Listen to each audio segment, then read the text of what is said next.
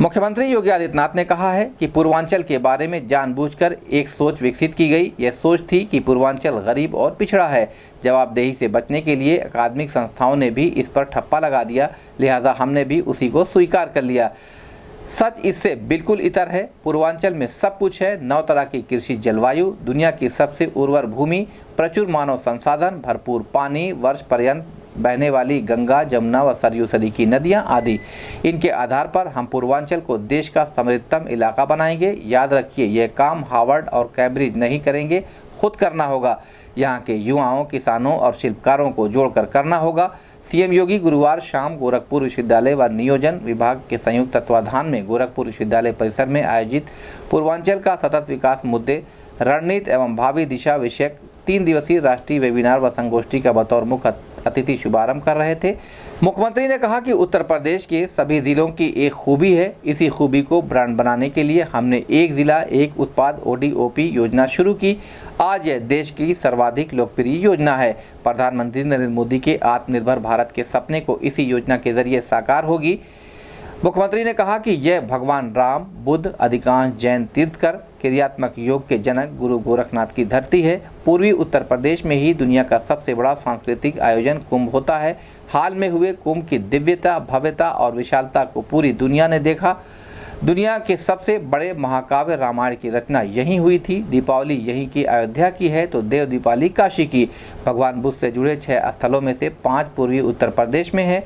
पूर्वांचल में spiritual, eco heritage tourism की भारी संभावनाएं हैं। सीएम ने कहा कि जो जवाबदेह हैं उन्हें अपनी जवाबदेही समझनी होगी। हमें नतीजे चाहिए, हमें सफ़ेद हाथी नहीं खड़े करने हैं, नतीजे देने हैं। योजनाएं एसी रूम में बैठकर नहीं, स्थानीय स्तर पर वहां के विशेषज्ञों से मिलकर वहां की ज़रूरतों के अनुसार बनानी होगी। सरकार बेहतर कानून व्यवस्था, विश्व स्तरीय बुनियादी सुविधाओं और नीतियों के जरिए हर संभव मदद कर रही है। बोर्ड के उपाध्यक्ष दयाशंकर सिंह दयालु ने कहा कि पूर्वांचल के विकास का सवेरा तो 6 साल पहले तभी हो गया था जब काशी से सांसद बनने के साथ ही नरेंद्र मोदी जी प्रधानमंत्री बने थे। योगी जी की अगुवाई में तो अब चौतरफा विकास का उजाला हो रहा है। गोरखपुर विश्वविद्यालय के कुलपति प्रोफेसर राजेश सिंह ने अतिथियों के स्वागत के साथ संगोष्ठी की विषय वस्तु और योगी जी की अगुवाई में अब तक होने वाले या होने जा रहे कुछ उल्लेखनीय विकास कार्यों के बारे में भी जानकारी दी। बोर्ड के उपाध्यक्ष नरेंद्र सिंह ने भी कार्यक्रम को संबोधित किया। संचालन प्रोफेसर हर्ष सिन्हा ने किया। कार्यक्रम में सरकार के मंत्री, शासन के वरिष्ठ अधिकारी, विश्वविद्यालय परिवार बोर्ड के सदस्य, जनप्रतिनिधि और गणमान्य लोग मौजूद रहे। संकल्पों के साथ दीप प्रज्वलन और आज के कार्यक्रम का प्रारंभ हमारे अतिथियों द्वारा मैं अनुरोध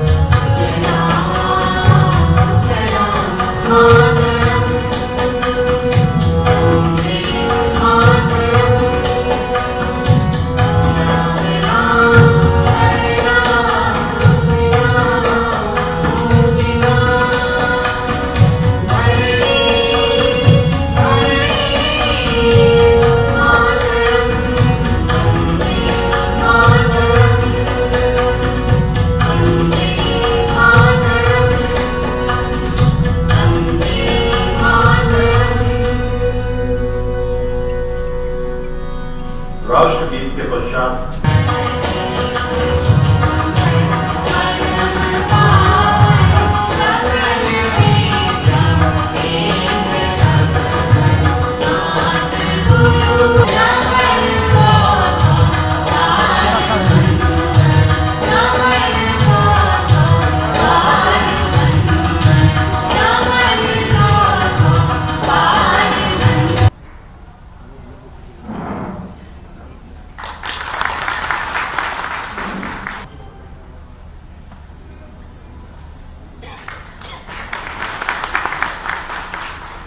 अतिथियों का अभिनंदन, हमारी परंपरा और हमारी संस्कृति का अभिभाज्य। देवियों और सज्जनों, मैं सामने बैठे माननीय मंत्री जल शक्ति महेंद्र सिंह जी का भी स्वागत करता हूं। मंच पर उपस्थित पूर्वांचल बोर्ड विकास बोर्ड के माननीय उपाध्यक्षगण श्री नयन सिंह जी का मैं स्वागत करता हूं। श्री दयाशंकर मिश्र दयालु जी का स्वागत करता हूं। हमारे माननीय सांसद रामकृष्ण जी का स्वागत करता हूं। सामने बैठे मेयर साहब का स्वागत करता हूं। सभा में उपस्थित डॉक्टर के.वी. राजू, विभिन्न विश्वविद्यालयों के कुलपतिगण, शिक्षाविद, सभी आदरणीय जनों का स्वागत करता हूं। जिला प्रशासन के अधिकारियों के साथ ही समाचार माध्यमों के प्रतिनिधियों, उद्योगपतियों, बंधुओं का भी स्वागत करता हूं। आदरणीय बंधु, आपको पता है कि माननीय मुख्यमंत्री जी के प्रयास से लखनऊ नगर निगम उत्तर भारत का पहला 200 करोड़ रुपए का म्युनिसिपल बॉन्ड जारी करने वाला निकाय कर गया है। 2019 में Uttar Pradesh ease of doing business ranking में 12वें स्थान पर था, लेकिन इस बार उत्तर प्रदेश को दूसरा स्थान हासिल हुआ है। यह सभी के लिए हर्ष की बात है। नोएडा में प्रसारित देश की सबसे पूज्य योगी आदित्यनाथ महाराज जी, जो हमारे बोर्ड के माननीय अध्यक्ष जी हैं, मंच पर हमारे साथ उपाध्यक्ष डॉक्टर दयाशंकर मिश्रा जी, विश्वविद्यालय के कुलपति प्रोफेसर राजेश सिंह जी, हमारे बोर्ड के सचिव और नियोजन विभाग के अपर मुख्य सचिव श्री कुमार कमलेश जी, जल शक्ति मंत्री डॉक्टर महेंद्र सिंह जी, श्री देवेश चतुर्वेदी जी, श्री सीताराम जायसवाल जी, गोरखपुर के सांसद श्री रविकृष्ण जी, पूर्व मेयर डॉक्टर सत्या पांडे जी, लंबा हो जाएगा, हमारे सभी माननीय सदस्य भी यहाँ उपस्थित हैं, हमारे बोर्ड के सलाहकार साकिब मिश्रा जी और इस सभागार में उपस्थित विद्वज्जन, हम सब आदरणीय मुख्यमंत्री जी को सुनना चाहते हैं। पूर्वांचल विकास बोर्ड के संदर्भ में थोड़ी चर्चा कुलपति महोदय ने की है। 8 मंडल, 28 जिले, पूर्वांचल का पिछड़ापन ये कैसे दूर हो, इसको ध्यान में रखते हुए पूर्वांचल विकास बोर्ड का गठन किया गया और उसी के अंतर्गत हम सब लोग अहर्निश कार्य कर रहे हैं। आज ये त्रिदिवसीय वेबिनार सेमिनार समाज जीवन के विभिन्न आयामों के अंदर विकास की गति कैसे बढ़ाई जाए, पिछड़ेपन का कारण क्या है, उसको दूर कैसे किया जाए, इन सब विषयों पर गहन चर्चा 3 दिन के अंदर 45 सत्रों में होने वाली है। मैं कुछ बहुत लंबा भाषण करूं, इसकी आवश्यकता मैं अनुभव भी करता हूं। जब हमारे मुखिया पूज्य आदित्यनाथ जी महाराज उपस्थित हों और जिनके मार्गदर्शन में हम काम कर रहे हैं, जिन्होंने पूरे उत्तर प्रदेश के साथ साथ पूर्वांचल के लिए विशेष रूप से ध्यान दिया है और इस बोर्ड का गठन किया है, आज हमारे इस कार्यक्रम का शुभारंभ कर रहे हैं। मैं उनका आभार व्यक्त कर रहा हूँ। कार्यक्रम आगे भी माननीय मुख्यमंत्री जी के हम लोग जानते हैं और कुछ लंबा चल जाए तो अच्छा नहीं रहेगा। एक बार फिर से मंचासीन सभी अतिथियों का स्वागत करते हुए, इस सभागार में उपस्थित सभी विद्वज्जनों का स्वागत करते हुए मैं अपनी वाणी को यही विराम देता हूँ। बहुत बहुत धन्यवाद, बहुत बहुत धन्यवाद। मैं अनुरोध करता हूँ स्मारिका के संपादक प्रोफेसर सुनीता मुर्मू जी से और इस सेमिनार के nodal officer professor Ajay Singh ji से कि वे मंच पर इस अवसर के साक्षी बने, उसमें प्रतिभाग करें।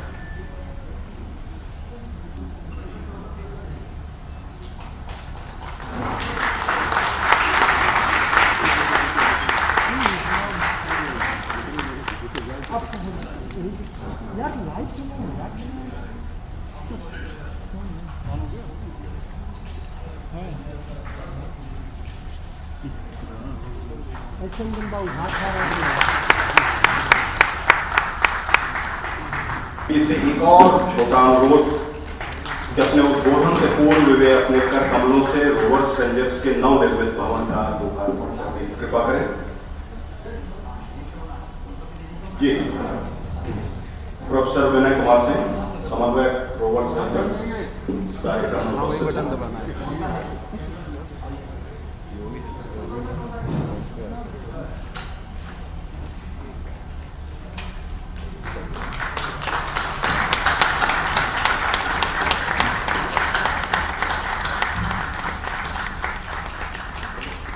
मार्गदर्शक उद्बोधन माननीय मुख्यमंत्री जी का।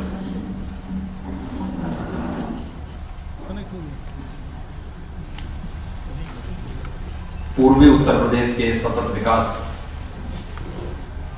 से संबंधित इस राष्ट्रीय संगोष्ठी और वेबिनार्स के आज के इस कार्यक्रम में उपस्थित है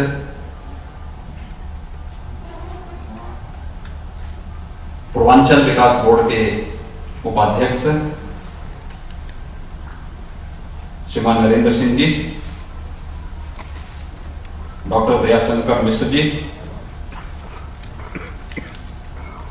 दीनदयाल उपाध्याय गोरखपुर विश्वविद्यालय के कुलपति प्रोफेसर राजेश सिंह जी, अपर मुख्य सचिव नियोजन उत्तर प्रदेश शासन श्री कुमार कमलेश जी, आज के इस राष्ट्रीय संगोष्ठी के उद्घाटन कार्यक्रम में यहाँ पर उपस्थित उत्तर प्रदेश शासन में मेरे सहयोगी मंत्री डॉक्टर महेंद्र सिंह जी, उत्तर प्रदेश शासन के अपर मुख्य सचिव गृह श्री अवनीश अवस्थी जी, अपर मुख्य सचिव कृषि और कृषि शिक्षा श्री देवेश चतुर्वेदी जी, माननीय सांसद श्री रविकिशन शुक्ल जी, माननीय सांसद श्री जयप्रकाश निषाद जी, महापौर श्री सीताराम जायसवाल जी, पूर्वांचल विकास बोर्ड से जुड़े हुए सभी सदस्यगण, दीनदयाल उपाध्याय गोरखपुर विश्वविद्यालय से जुड़े हुए सभी सम्मानित आचार्यगण, इस राष्ट्रीय सेमिनार से जुड़े हुए सभी उपस्थित महानुभाव, मैं सबसे पहले दीनदयाल उपाध्याय गोरखपुर विश्वविद्यालय के कुलपति और उनकी पूरी टीम को पूर्वी उत्तर प्रदेश के सतत विकास से संबंधित इस संगोष्ठी को आयोजित करने के लिए हृदय से धन्यवाद देता हूं कि उन्होंने कोरोना कालखंड में भी यह साहस किया और आज इस संगोष्ठी का उद्घाटन हम बाबा गोरखनाथ की इस धरती पर कर रहे हैं। सचमुच विश्वविद्यालय परिवार इसके लिए साधुवाद का पात्र है। ये गोष्ठी हम लोगों ने जनवरी 2020 के लिए प्रस्तावित की थी, बाद में किन्हीं कारणों से स्थगित हुई और इस बार इस कोरोना कालखंड के दौरान ही इस संगोष्ठी को यहां पर आयोजित करने का अवसर हमें प्राप्त हो रहा है। लेकिन मैं जब पूर्वी उत्तर प्रदेश के बारे में और उत्तर प्रदेश के बारे में देखता हूं, जानता हूं, और जो मैंने नजदीक से महसूस किया है, मुझे लगता है कि दृश्य उसके और भी विपरीत है।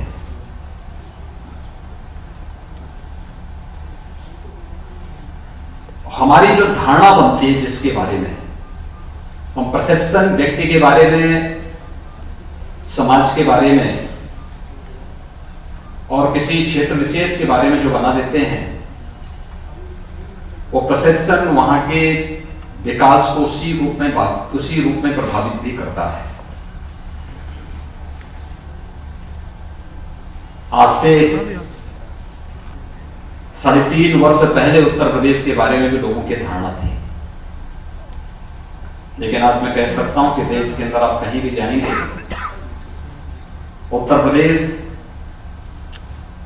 की कानून व्यवस्था के बारे में, उत्तर प्रदेश के विकास के बारे में, उत्तर प्रदेश की शासन प्रशासन की व्यवस्था के बारे में देश में भी दुनिया में भी कोई व्यक्ति प्रश्न नहीं खड़ा कर सकता। 2014 के पहले भारत के बारे में भी लोगों के मन में यही धारणा थी और ये मान्यता थी कि भारत एक पिछड़ों देश है। दुनिया के अंदर नकलची, वह यूरोप की नकल करना चाहता है, अमेरिका की नकल करना चाहता है, दुनिया के उन विकसित देशों की नकल करना चाहता है, लेकिन स्वयं अपनी ओर से कुछ करना नहीं चाहता। लेकिन आज 6 वर्षों में आपने देखा होगा भारत ने एक परसेप्शन चेंज किया है। आज दुनिया भारत का अनुसरण करने के लिए मजबूर होती हुई दिखाई दे रही है और बहुत सारे ऐसे मुद्दे हैं जो हम सबको अंतःकरण से झकझोरने के लिए मजबूर करती है। वही स्थिति पूर्वी उत्तर प्रदेश के बारे में भी है। पूर्वी उत्तर प्रदेश, हो सकता है आपकी सोच ने उस पूर्वी उत्तर प्रदेश को गरीब बनाया हो, पिछड़ा बनाया हो, लेकिन प्रकृति और परमात्मा ने पूर्वी उत्तर प्रदेश को सबसे समृद्ध क्षेत्र बनाया है और मेरा यह मानना है कि धरती का सबसे समृद्ध क्षेत्र है। हमारी सोच ने इसे पिछड़ा बनाया है, हमारी सोच ने इसे गरीब बनाया है।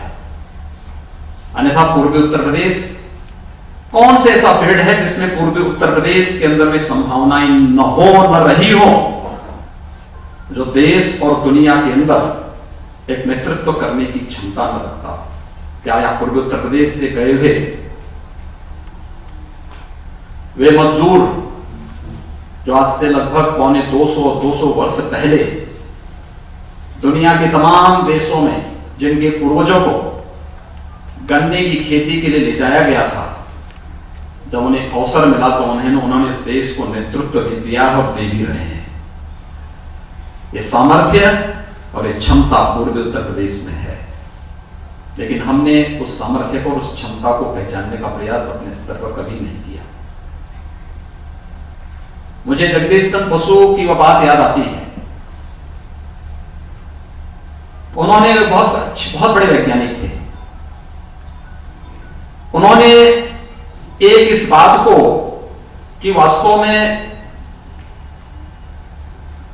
हर एक जंतु के अंदर भी प्राण है और उसको हम जिस प्रकार का व्यवहार और जिस प्रकार की धारणा उसके प्रति हम बनाएंगे वो उसके अनुरूप परिणाम भी देगा।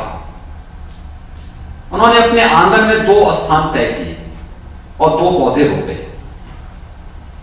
एक पौधे को दोनों को बराबर खुराक देते थे, दोनों को खाद पानी अवसर सब बराबर देते थे, लेकिन एक के पास जो जाते थे उसको खूब दुत्कारते थे कि तू सूख जाएगा, मर जाएगा, नष्ट हो जाएगा, तुझे कभी पनपना नहीं, तुझे आगे बढ़ना नहीं है। और दूसरे के पास जाते थे, कहते तुझे बहुत फुलना है, आगे बढ़ना है, खूब विकास करना है, खूब समृद्धिशाली बनना है। एक समय के बाद क्या हुआ, उन्होंने देखा कि जिसको दुत्कारते थे एक समय के बाद सूख गया, जिसको पुचकारते थे वो एक समय के बाद बड़ा पेड़ बन गया, फलदार वृक्ष बन गया, सबको मीठे फल देने लग गया, छाया देने लग गया। और यह केवल किसी एक पेड़ पौधे के लिए नहीं, किसी प्राणी के लिए नहीं, ये प्रकृति पर भी उतना ही अक्सर सही बैठता है। और पूर्वी उत्तर प्रदेश इस मानसिकता का शिकार हुआ है, जो लोग बार बार इसको पिछड़ा कहते रहे हैं, गरीब कहते रहे हैं, और यहां के शोषण, यहां के लोगों की प्रतिभा का दोहन करते रहे हैं, उसका शिकार हुआ है। हम लोगों ने कभी समझने का प्रयास किया ही नहीं, और संस्थाएं तो एक मुखौटा हो चुकी हैं। उनको समाज से कोई मतलब नहीं, उन्हें सरकार की सहायता चाहिए, लेकिन उनकी कोई जवाबदेही नहीं, समाज से कोई जवाबदेही नहीं।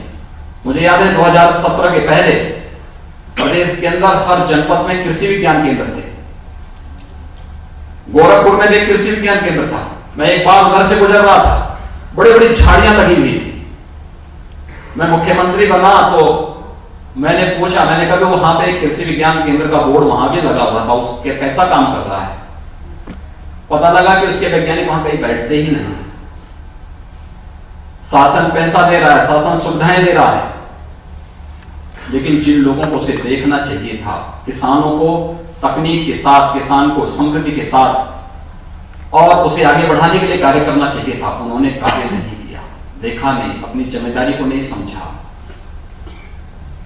और ये केवल एक कृषि विज्ञान केंद्र की बात नहीं कर रहा हूं मैं, और एक संस्था की स्थिति थी,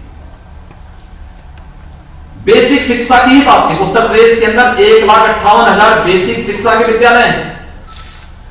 2017 के पहले उन विद्यालयों की स्थिति ये थी कि आधे से अधिक विद्यालय ऐसा लगता था कि अगले 1-2 सत्र के अंदर बंद हो जाएंगे।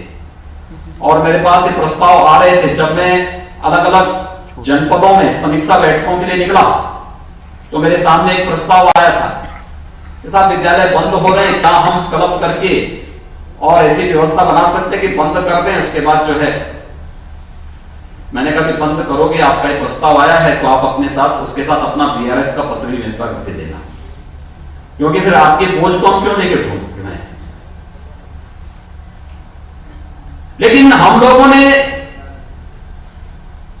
उन्हीं संस्थाओं को प्रेरित किया, उन्हीं शिक्षकों को प्रेरित किया, उन्हीं ग्राम पंचायतों को प्रेरित किया, उसी प्रशासनिक मशीनरी और उन्हीं जनप्रतिनिधियों को प्रेरित किया। और आज ऑपरेशन कायाकल्प के अंदर एक भी विद्यालय बंद नहीं हुए, बल्कि 3 वर्ष में 54 लाख बच्चे बेसिक शिक्षा परिषद के विद्यालयों में बढ़े हैं। और आज उनमें शिक्षा का एक नया पैटर्न देखने को मिल रहा है। कभी जाकर के स्वयं भी जाकर के इतना कष्ट आप में से सभी लोग उठा लेंगे तो आपको भी दिखेगा कि वास्तव में जमीन में कुछ हो रहा है। हमारी समस्या क्या हो गई? हम हर चीज को सुनी सुनाई बातों पे कह देते हैं, और बहुत बार ये होता है कि हम लोग जो भी कार्य करते हैं केवल कुछ डाटा पर आधारित बोल देते हैं, और अंत में जो कुछ हो जाता है हम ये मानते हैं कि हमारा विकास की जिम्मेदारी हार्वर्ड और कैम्ब्रिज की है, हमारी कोई जिम्मेदारी नहीं, गोरखपुर विश्वविद्यालय की कोई जिम्मेदारी नहीं, किसी अन्य महाविद्यालय की कोई जिम्मेदारी नहीं। हार्वर्ड जब तय करेगा तब पूर्वी उत्तर प्रदेश का विकास होगा। याद रखना, हार्वर्ड और कैम्ब्रिज कभी आपका विकास नहीं कर पाएगा। आपका विकास करेगा तो यहाँ के नौजवानों के द्वारा होगा, यहाँ के किसानों के द्वारा होगा, यहाँ की महिलाओं के द्वारा होगा, यहाँ की बुद्धिजीवी जनता के द्वारा ही होगा। कोई हार्वर्ड और कोई कैम्ब्रिज आपका विकास कभी नहीं कर सकता है। उत्तर प्रदेश के अंदर अगर आप देखेंगे, देश के अंदर सबसे बड़ी आबादी का प्रदेश है, 24 करोड़ की हमारी आबादी। 24 करोड़ की इस आबादी में हमारे पास 4 आर्थिक जोन है। एक हमारा पूर्वी उत्तर प्रदेश है, एक पश्चिमी उत्तर प्रदेश है, एक बुंदेलखंड है, एक मध्य का क्षेत्र है। चारों की अपनी विशेषताएं हैं, विशिष्टताएं हैं। ये विशिष्टताएं उसकी उपलब्धियां हैं। उपलब्धियां उस रूप में, जैसे जब 2017 में मैं मुख्यमंत्री बना, तो ये हुआ कि कैसे हम लोग स्थानीय रूप से लोगों को प्रेरित कर सके। हम नौकरी भी देंगे। मैंने तकनीकी संस्थान से जुड़े हुए छात्रों को बुलाया और मैंने उनसे पूछा, लगभग 20-22 बच्चे आए थे। मैंने उनसे पूछा, मैंने कहा मुझे एक बात बताओ, आप करना क्या चाहते हैं? उसमें से 90% बच्चे ऐसे थे जो स्वयं का स्टार्टअप स्थापित करना चाहते थे, लेकिन उनको बैंकों से कौन जोड़ेगा, कहां से सुविधाएं मिलेंगी, शासन की कौन सी ऐसी स्कीम है जिससे वे जुड़ करके स्वयं का स्टार्टअप स्थापित कर सकते थे, इसकी कोई जानकारी उनके पास नहीं थी। तो इसके बाद जब मैंने उनके साथ शासन की विभिन्न योजनाओं से संबंधित विषयों की चर्चा करना प्रारंभ कर दिया, तो उन्हें लगा कि नहीं, हम अपना स्टार्टअप स्थापित कर सकते हैं, हम इस कार्यक्रम को आगे बढ़ा सकते हैं। लेकिन क्या यह संस्थाओं की जिम्मेदारी नहीं थी कि शासन की सुविधाएं लेंगे, शासन की व्यवस्थाओं के साथ आप, लेकिन शासन की नीतियों और शासन के कार्यक्रमों के साथ नहीं जुड़ेंगे? कोई जानकारी नहीं। और यह स्थिति प्रदेश के अंदर हर एक स्तर पर हम लोगों ने देखा। मुझे लगता है कि 4 जो हमारे पास आर्थिक जोन है, ये 4 आर्थिक जोन इसकी प्रगति में बहुत बड़ा योगदान दे सकते हैं। तो 2017 में कैसे होगा? तो हम लोगों ने, मैंने एक मैपिंग कराई पूरे प्रदेश की कि प्रदेश के अंदर अलग अलग जनपदों में ऐसी क्या स्थितियां हैं जहां को लेकर के हम लोग, जिस कार्यक्रम को लेकर के हम लोग इसे आगे बढ़ा सकते हैं। तो मुझे लगा कि 75 में से हमारे 57 जनपद ऐसे थे जहां पर उन जनपदों की अपनी परंपरागत उत्पाद, परंपरागत प्रोडक्ट था उनके पास। जैसे वाराणसी की साड़ी की बात हुई, भदोही की कालीन की बात हुई, आजमगढ़ की अंदर अगर आप देखेंगे तो ब्लैक पॉटरी वहां पर उनके पास है। अगर आप अलीगढ़ में जाएंगे, हार्डवेयर का सबसे अच्छा काम उनके पास होता है। अगर आप मुरादाबाद में जाएंगे, पीतल का बहुत अच्छा काम होता है। इत्र के लिए अगर आप देखेंगे, कन्नौज ग्लास के आइटम के लिए फिरोजाबाद। ऐसे हर एक जनपद की अपनी कुछ ना कुछ विशिष्टता थी। तो मैंने कहा 57 के बाद जो बचे हुए जनपद हैं, 18 जनपदों का क्या होगा? हमने उनको भी चिन्हित किया। मैंने कहा इसमें कुछ ना कुछ तो विशेषता जरूर होगी। जैसे सिद्धार्थनगर, मैंने कहा इसको काला नमक चावल के साथ जोड़ दो। मुजफ्फरनगर, हमने कहा आप गन्ना पैदा करते हैं ना, गुड़ के साथ जोड़िए। इसी प्रकार से अलग अलग जनपदों को उसके साथ जोड़ने का प्रयास हुआ और फिर हम लोगों ने नाम दिया उसको 1 डिस्ट्रिक्ट 1 प्रोडक्ट। एक जनपद एक प्रोडक्ट के साथ जुड़ेगा।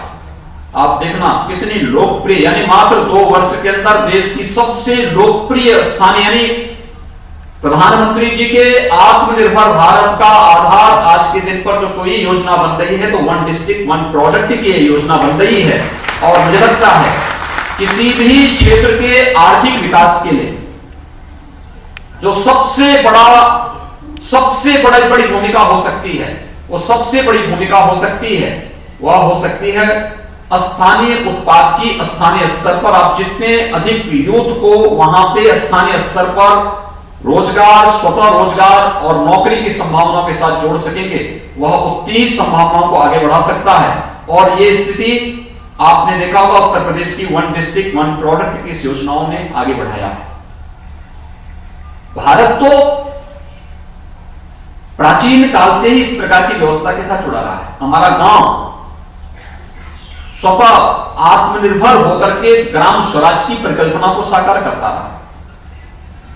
आप गांवों को कभी जाकर के देखिए, अगर सामान्य चुनावी राजनीति को अलग उससे कर दें तो प्राचीन काल में किसी जाति विशेष का बाहुल्य किसी गांव में रहा होगा, लेकिन उसने अलग अलग जातियों को भी गांव में बसाया था। और बसाया इसलिए था कि कोई व्यक्ति सुरक्षा का काम करेगा, कोई व्यक्ति वहां पे शिक्षा के प्रचार प्रसार में योगदान देगा, कोई गांव में खेती बाड़ी के कार्यक्रम में योगदान देगा, कोई स्थानीय आवश्यकताओं की पूर्ति करने में योगदान देगा, किसी न किसी उसके साथ जुड़ा हुआ था। और तब फिर गांव की व्यवस्था चलती थी। पैसा नहीं था, लेकिन अनाज और खेती बाड़ी से ही सारा आदान प्रदान लोग करते थे। लेन देन का जो माध्यम बनाएगा समाज, उसके अनुरूप ये चीजें आगे बढ़ेंगी। और ये लगातार यहां पर होता था, उत्तर प्रदेश में भी होता था, देश के अंदर भी होता था। हमने उसको कभी पहचानने का प्रयास नहीं किया। हमने आधुनिकता के पीछे भाग करके इन सब को छोड़ दिया, पलायन के लिए एक रास्ता खोल दिया। और उसका परिणाम क्या हुआ कि हमारे साथ गरीब और पिछड़ेपन का एक नया ठप्पा उसके माध्यम से लगता गया। प्रदेश में 9 क्लाइमेटिक जोन है। ये 9 क्लाइमेटिक जोन हमारे लिए एक उपलब्धि है। हम उसके अनुरूप देश और दुनिया की मांग के अनुरूप उस प्रकार की बागवानी को, उस प्रकार की कृषि उपज को प्रदेश की भी और देश की भी और दुनिया की भी आवश्यकताओं की पूर्ति का उसको माध्यम बना सकते हैं। हमने उसको भी पहचानने का प्रयास नहीं किया, उसके साथ हमने अपने आप को जोड़ने का प्रयास नहीं किया।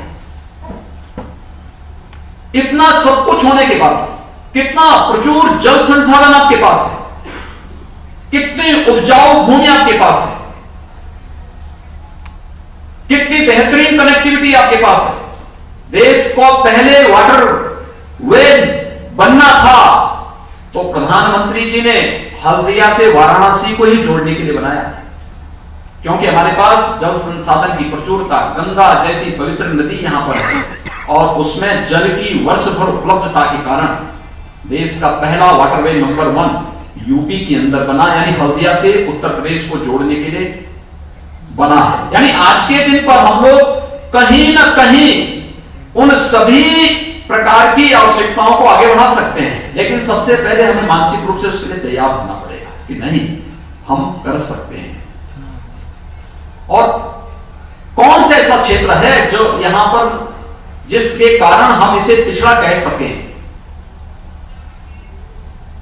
राम यहां पैदा हुए, बुद्ध यहां पैदा हुए, अधिकतर जैन तीर्थंकर यहां पैदा हुए और दुनिया के अंदर आज विश्व योग दिवस के माध्यम से प्रधानमंत्री मोदी जी ने योग के प्रचार प्रसार की, जिस क्रियात्मक योग को दुनिया तक पहुंचाया है, महायोगी गोरखनाथ जी का वह योग दुनिया के अंदर अगर आज पहुंच रहा है तो वह भी गोरखपुर गोरखनाथ जी की साधना स्थली के रूप में है। भारत के अंदर संतों ऋषि मुनियों की परंपरा, दुनिया का सबसे बड़ा सांस्कृतिक आयोजन कुंभ भारत की धरती से गया। दुनिया का सबसे पहला सर्वश्रेष्ठ महाकाव्य रामायण यहां से रचा गया। कौन सी उसके लिए हम अपने को पिछड़ा मानते हैं? क्या हमने कभी उस क्षेत्र में जाकर के कार्य करने का प्रयास किया? हमने कभी उस क्षेत्र में लोगों को एक योजक के रूप में अपनी भूमिका को तलाशने का प्रयास किया? केवल हम अपने ऊपर ठप्पा लगाते गए, नहीं हम पिछड़े हैं, हम गरीब हैं। और हमने तो जगदीश चंद्र बसु ने 1 सदी पहले जो खोज करके हमें बताने का प्रयास भी किया था कि नहीं भाई, तुम पिछड़े नहीं हो, तुम तो जो है देश को नेतृत्व करने की क्षमता दे सकते हो, हर एक फील्ड में नेतृत्व करने की क्षमता रखते हो। उससे भी कुछ नहीं सीखा। हमारी अकादमिक संस्थाएं हमारे पीछे ठप्पा लगाती गई ने, गरीब हैं, हम बददलित हैं, हम कुछ नहीं कर पाएंगे। और वही मानसिकता बनती गई और उसी मानसिकता ने आज हम सबको घेर दिया है। मुझे लगता है उस मानसिकता से सबसे पहले उभरना पड़ेगा और फिर यहां के पोटेंशियल को आगे बढ़ाना पड़ेगा, यहां की शक्ति और इसके सामर्थ्य को आगे बढ़ाना पड़ेगा। यहां की हर एक क्षेत्र की, मेरा यह मानना है, सर्विस सेक्टर में जितनी संभावनाएं पूर्वी उत्तर प्रदेश में है, प्रयागराज कुंभ, इसी सोच ने प्रयागराज कुंभ को गंदगी का, भगदड़ का और अव्यवस्था का पर्याय बना दिया था। लेकिन हमने कहा नहीं, कुंभ का मतलब भगदड़ नहीं हो सकता, कुंभ का मतलब अव्यवस्था नहीं हो सकती, कुंभ का मतलब गंदगी नहीं हो सकती। आपने देखा होगा पूरी दुनिया टूट पड़ी। 24 करोड़ लोग प्रयागराज कुंभ में आए थे, 24 करोड़ लोग आए थे। अयोध्या में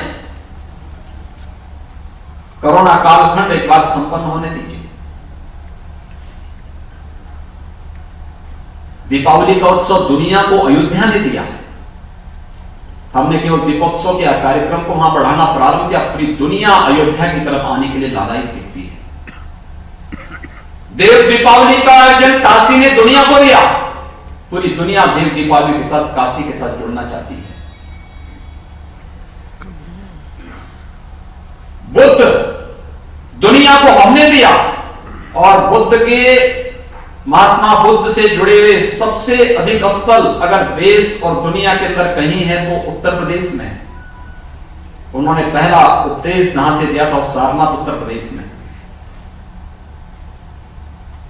उनका राजवंश उत्तर प्रदेश में,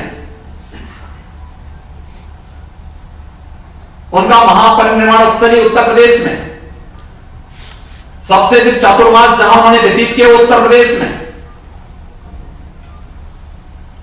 कौशाम्बी और संख्या भी उत्तर प्रदेश में। यानी 6 प्रमुख तीर्थ बौद्धों से जुड़े हुए उत्तर प्रदेश में हैं, और उसमें से 5 तो पूर्वी उत्तर प्रदेश में है।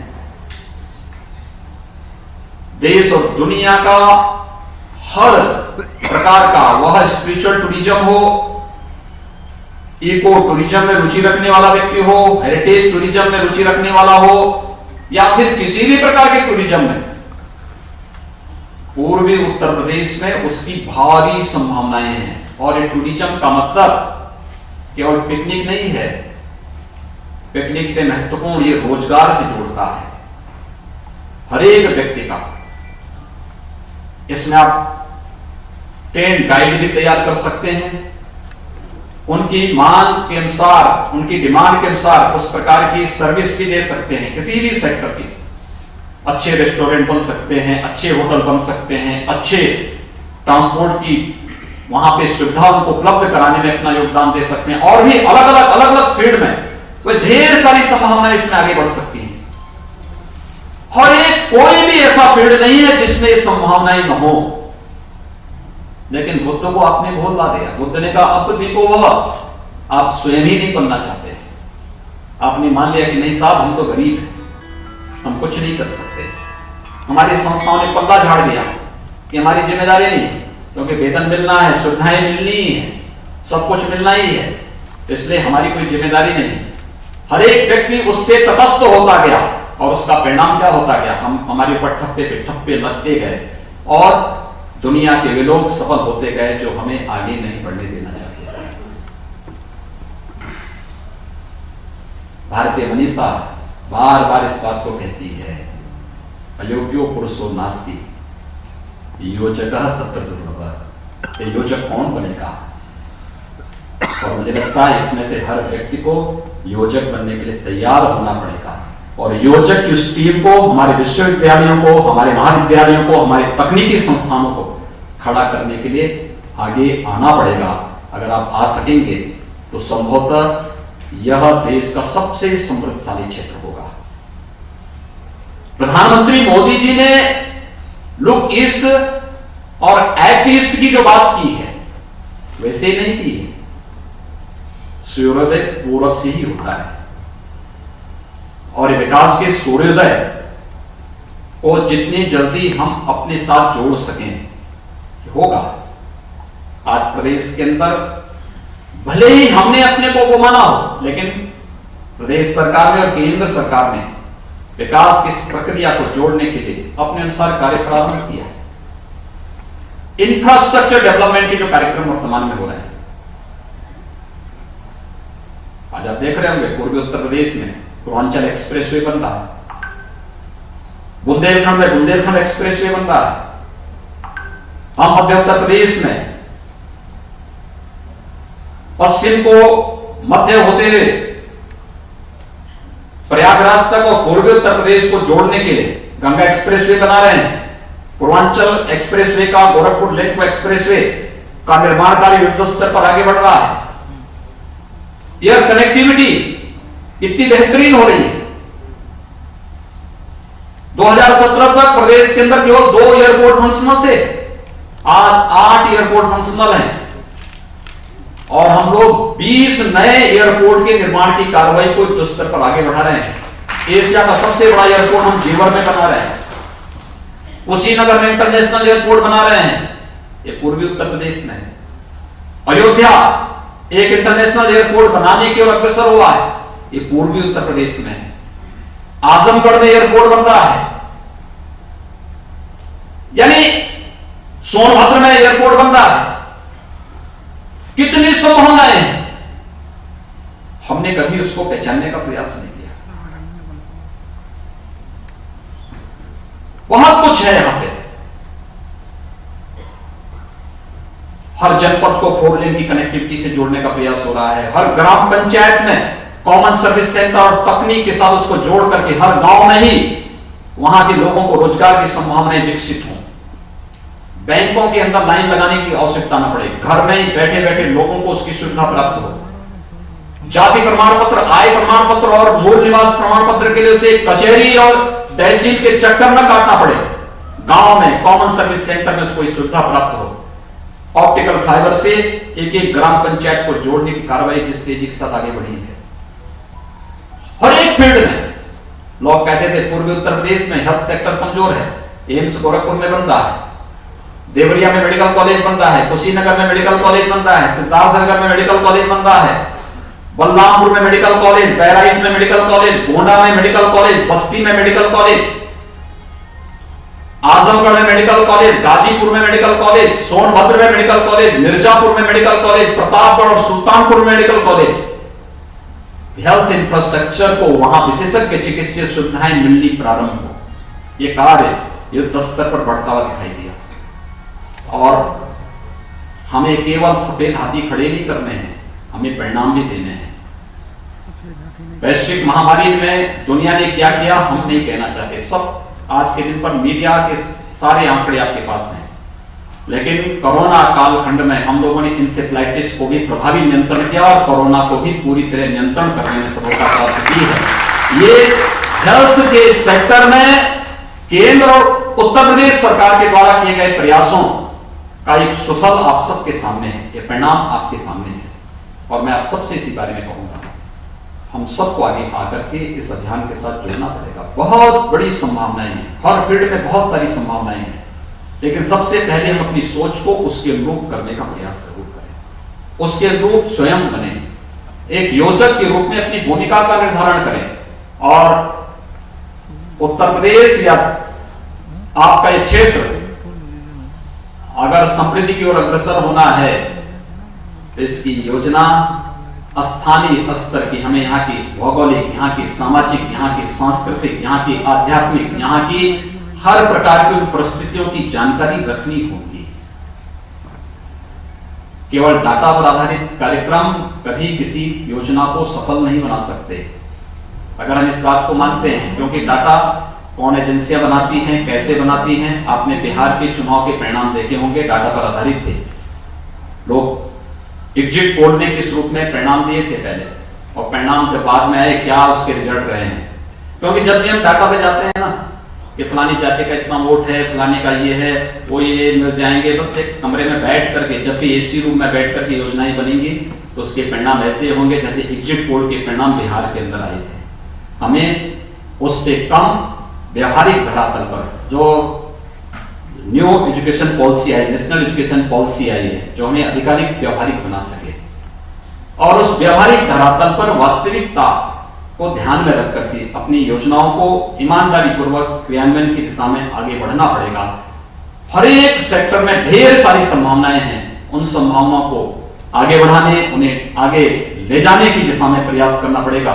और मुझे लगता है कि वो संभावनाएं पूर्वी उत्तर प्रदेश में मौजूद हैं, उन संभावनाओं के साथ हम सब जुड़ पाएंगे। इस विश्वास के साथ मैं इस त्रिदिवसीय जो एक राष्ट्रीय संगोष्ठी गोरखपुर विश्वविद्यालय ने उत्तर प्रदेश के नियोजन विभाग के साथ में मिलकर के बनाई है, ये संगोष्ठी अपने लक्ष्यों को प्राप्त कर सके। नियोजन विभाग इससे पहले विगत वर्ष इससे संबंधित एक संगोष्ठी बुंदेलखंड विकास से संबंधित बुंदेलखंड में आयोजित कर चुकी है।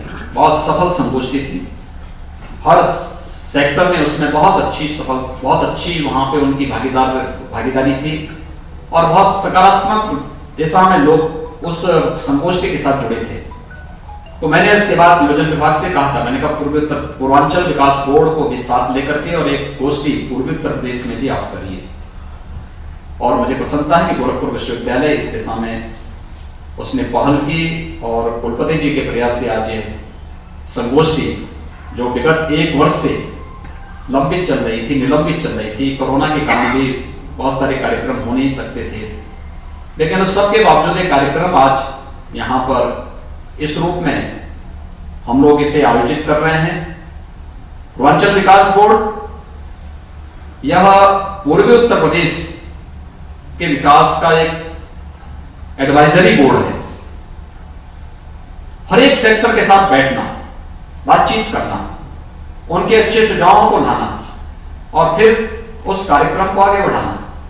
कैसे हो सकता, संबंधित विभाग को उसका सूचना देना, उसके बारे में नियोजन विभाग को अपनी संस्तुति देना, नियोजन विभाग संबंधित विभाग के साथ बैठ करके उसका अध्ययन करे, अध्ययन करने के बाद फिर उसे लागू करने के लिए क्या कार्य योजना हो सकती है, इस पर कार्य करे। ये चीजें अगर आगे बढ़ती हुई दिखाई देंगे, बहुत कुछ सामने आएगा, बहुत अच्छे परिणाम सामने आएंगे। और मुझे लगता है इसलिए पूर्वांचल विकास बोर्ड को भी 3 दिवसीय संगोष्ठी के साथ बहुत नजदीक के साथ जुड़ करके उन बहुमूल्य सुझावों को संजोना चाहिए, उसको देखना चाहिए, फिर व्यवहारिक धरातल पर कैसे उसे लागू कर सकते हैं, इसके बारे में स्थानीय स्तर पर उन लोगों के साथ संवाद बनाना चाहिए जो वास्तव में इससे जुड़े हुए हैं। बहुत बेहतरीन परिणाम सामने आएंगे। मैं इस बात को मान के चलता हूं कि जो भारतीय मनीषा बार बार कहती रही है कि अयोग्यो पुरुषो नास्ति, जब पुरुष अयोग्य नहीं है तो फिर प्रकृति और परमात्मा की इस कृपा से हम सबको आगे बढ़ना चाहिए और वो संभावनाएं मौजूद हैं। केंद्र और प्रदेश सरकार विकास की इन संभावनाओं को आपके साथ जोड़ करके आगे बढ़ाने के लिए पूरी तत्परता के साथ कार्य कर रही है। हम इन संभावनाओं को आगे बढ़ा करके इस पूर्वी उत्तर प्रदेश के विकास को आगे बढ़ाते हैं। एकदम एक अच्छा अवसर है, बहुत अच्छा अवसर है। इस अवसर का हम जरूर लाभ लें। मैं इस पूरी 3 दिवसीय संगोष्ठी के प्रति हृदय से अपनी शुभकामनाएं व्यक्त करता हूं। बहुत बहुत धन्यवाद। जय हिंद। इस अवसर पर आप सभी के प्रति भी आयोजन मंडल की तरफ से मैं आभार व्यक्त करता हूं। आप सब कार्यक्रम की श्रृंखला की अंतिम कड़ी के रूप में